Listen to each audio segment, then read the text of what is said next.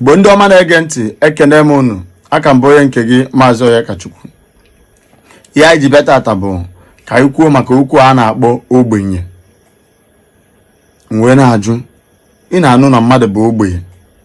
Ogbenye a na-ekwu ka o si wee bịa. Ogbenye bụ ihe ndị Igbo, ntọala ndị Igbo tọrọ ha ji wee na-enyere onwe ha aka. Ihe ọ pụtara bụ ogbenye, ndị ogbenye. Na mgbe gboo, onye na-akọ ubi na-akọta ọnụ ya ama na ya bụ di ji. Ọkọcha ji, ịbịa n'ụba ji, oke ụba ji ebe ọbụla ka ọ na-abụ oru n'oge iwe ihe ubi. Ọ bụ na ọ na-harvest, ọ bụ na ọ na-eweta ihe ubi ya, enwe ike o wee ji ga-eru ịbụọ wuti nke obere ga-esote ya. O were ndị nnukwu a na-abụ rapụ nke obere. Ọ na-eweta ede, ọ na-ewetacha ede, ọ na-arapụcha, ọ na-adọta ihe ofu n'ala. Otu aka ọ ga-adị ogbuwe ọka ọ rapụcha ndị obere ma ndị kpọrọ nkụ, ọ rapịa n'ubi. Ọ na-abụla akpụ like this, ọ bụcha akpụ, ọ rapụcha ndị obere. O ji abụ ewe ndị na-ewuweghị ka ọha ha, maọbụ ndị si mba dị iche iche bata, ha ebidobe kọwa ihe ha ka na-achọ ebe ha ga-akọ ihe. Ọ na-abasị ha ji ekpa ụkpa nri. Ifo ihe na-ewere ihe ọ na-eri n'ezinụlọ, osendụ ụmụ ya ha eji ije kpa ụkpa nri. Ha bata n'ugbo, abịazi n'ukwu ji niile ha na-avọpịa. Ihe a bụ ihe edesara edesa. Ụmụ kirikiri ihe ofu ọka kpọchagoro nke asị mba ọ ya egbugokwere ọgwụkwe ndị nke na anyị ma na owe ndị nke ọ ga-ahapụ. Ihe a bụ ihe ndị Igbo desi iji wee na-enyere onwe ha aka.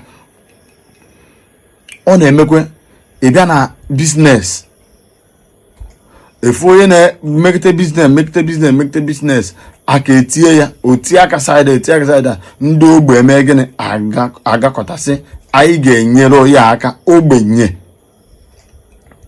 atụkọkwa ego ye the person o mee gịnị ọ gabakwa biznes ya. Ọ na-eme mgbe anyị pere mpe ịga ịkpa nkụ, enwe ndị na-adị esi ike ka ibe ha. Aga ịkpa nkụ, akpacha nkụ like this, ifu onye nke akpatara nnukwu nkụ, onye nke akpatara nnukwu nkụ, onye nke akpatara nnukwu nkụ. Ndị nke ọzọ, onye nke ọzọ ahụ nkụ ya pere mpe, ha enene ya sị oke ngwa na-ebu onye nke eye, onye nke before you know it okechite something ọ ga-abụata asị ya nnọọ. A na-asị ịbịa nna asị ya nnọọ. Ihe a bụ ịhụnanya edosere edese. Anaghị eme ya na akwamozu kịta.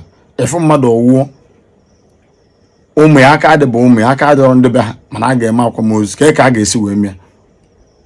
Ndị mmadụ agbakọ asị na a ga-ewe ikwu na ibe ya. Ogbenye abịa, ọ ga-ewoke asị na ya ga-ewere na ya ga-egote maka ya ga-afụ maka akpati.